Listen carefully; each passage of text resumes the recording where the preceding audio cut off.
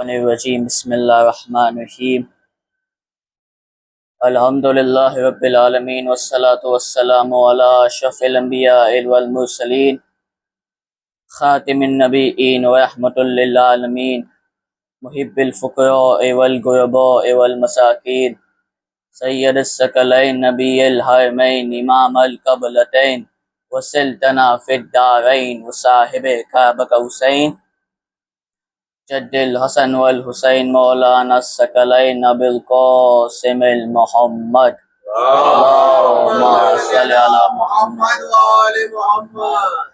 बिस्मिल्लाहिर्रहमानिर्रहीम। व तुइज़्ज़ु मन तशा व तुज़िल्लु मन तशा। अल्लाह कुरान पाक में इरशाद फरमाया है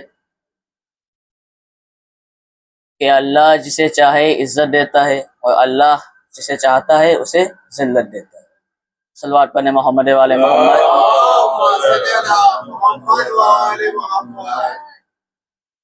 अज़ीज़ान मोहतरम, आज का माहौल ये बन गया है कि कोई इंसान अगर किसी की मदद कर दे तो हज़ारों के मजमे में ये कहने पे आमादा रहेंगे कि हमने किसी फला की मदद की।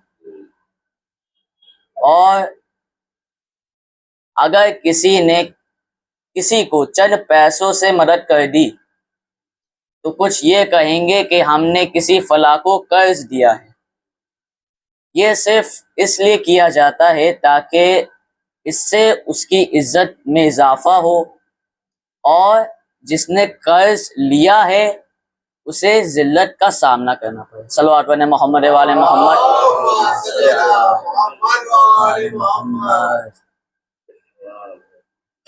खालिके कायनात के हाथ में ही इज्जत और जिल्लत है। इस कायनात में हर छोटा हर बड़ा हर इंसान अपना पराया अपने गैर से जलील करना चाहता है, अपने से किसी को जलील करना चाहता है।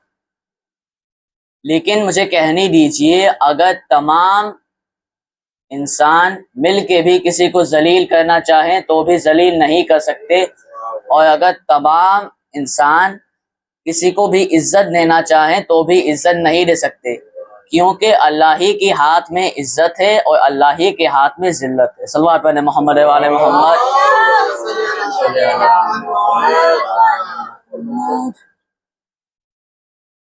खालिके कायनात के हाथ में इज्जत और जिल्लत है। वो जिसे चाहे इज्जत देता है और जिसे चाहे जिल्लत देता है।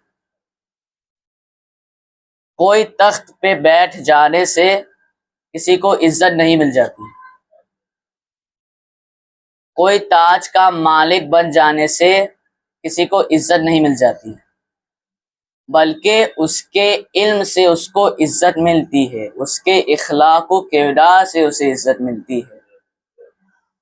तख्त तो ताज का मालिक होना और बात है, और बोरियों पर कायनात का बादशाह बन जाना कोई और बात है। सल्लल्लाहु अलैहि मोहम्मद वाले मोहम्मद।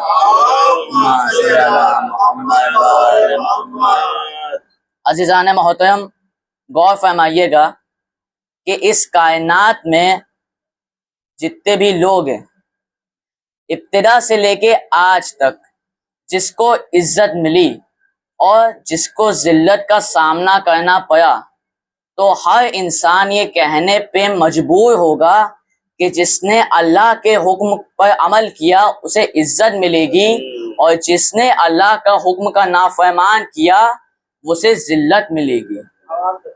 और अल्लाह ने अपने पसंदीदा बंदों को इज्जत दी और अपने नाफरमान बंदों को जिल्लत दी, और ये कह के बता दिया है कि देखो इज्जत किसे मिलती है और जिल्लत किसे मिलती है। सल्लल्लाहु अलैहि मोहम्मद वाले मोहम्मद। एक वाकया पेश करना चाहूँगा कि एक शख्स अपने कौम और हुकूमत की वजह से घमंड कर रहा था, और उसने अपने लोगों से कहा कि जो भी मुझसे पूछना है पूछो। तो एक शख्स उसके पास आया जो रोज़ाना उसकी बातों को सुनता था। उसने कहा कि आपको हर चीज मालूम है, चाहे वो पोशीदा से पोशीदा चीज क्यों ना हो। उसने कहा हाँ। अब उसने कहा कि मैं कई दिनों से परेशान, ये इस शीशी में जमा किए 4 बाल हैं और इन बालों में से मुझे पता नहीं चल पा रहा है कि इन बालों में से रसूल इस्लाम का बाल कौन सा है।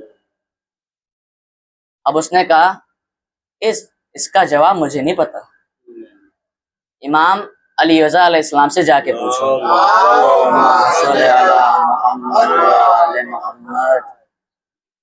अब वो शख्स इमाम अलैहिस्सलाम की खिदमत में हाजिर हुआ। उसने वही सवाल पूछा। मौला ने इरशाद फरमाया, आग रोशन करो, इनमें से जो बाल जल जाए वो रसूल का बाल नहीं है, और इनमें से जो बाल ना जले वो रसूल खुदा का बाल है। अब बाल को आग में डाल दिया। अब जरा सोचिए कि इन तीनों को दुनिया की आग ने ना छोड़ा तो आखिरत की आग कैसे छोड़ देगी। सल्लल्लाहु अलैहि मोहम्मद वाले मोहम्मद।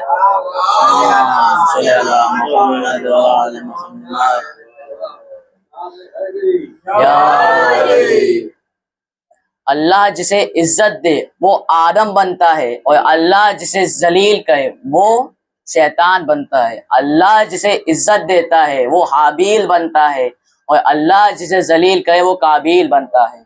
अल्लाह जिसे इज्जत दे वो इब्राहीम बनता है, और अल्लाह जिसे जलील करे वो नमरूद बनता है। अल्लाह जिसे इज्जत दे वो मूसा बनता है, और अल्लाह जिसे जलील करे वो फ़िरौन बनता है। अल्लाह जिसे इज्जत दे वो ईसा बनता है, और अल्लाह जिसे जिल्लत देता है वो यहूदी होता है। अल्लाह जिसे इज्जत दे वो मोहम्मद होता है, और अल्लाह जिसे जलील करे वो अबू लहब होता है। अल्लाह जिसे इज्जत दे वो अबू तुराब होता है, और अल्लाह जिसे जलील करे वो अबू जहल होता है। अल्लाह जिसे इज्जत दे वो फातिमा होती हैं, और अल्लाह जिसे जिल्लत देता है वो नबी की बीवी होकर भी जंगे मैदान में आ जाती हैं। अल्लाह जिसे इज्जत देता है वो हसन बन जाता है, और अल्लाह जिसे जिल्लत दे वो माविया बन जाता है। और अल्लाह जिसे हुसैन जिसे इज्जत देता है वो हुसैन बनकर पूरी दुनिया में छा जाता है, और अल्लाह जिसे जिल्लत दे वो यजीद बनकर पूरी दुनिया पे जलील और रुस्वा होता है। सल्लल्लाहु अलैहि मोहम्मद वाले मोहम्मद।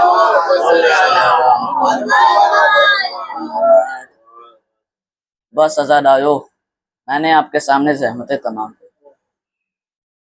आज 2 मुहर्रम हो गई और इमाम हुसैन करबला पहुंच। जब इमाम हुसैन करबला पहुंचे, अब घोड़े रुक गए, घोड़ा आगे ना बढ़ा। इमाम ने कुछ लोगों को बुलाकर पूछा कि ये इस सरजमीन का क्या नाम है। कुछ ने कहा इसे माविया कहते हैं, कुछ ने कहा इसे नौनवा कहते हैं, कुछ ने कहा आका इसे करबला भी कहते हैं। बस अज़ादारो, इमाम ने फरमाया हम अपनी मंजिल पे आ गए, भैया अब्बास खैमे नस्ब करो। जब मौला करबला पे पहुंचे थे तो 3 बातों का ख्याल था। पहला ख्याल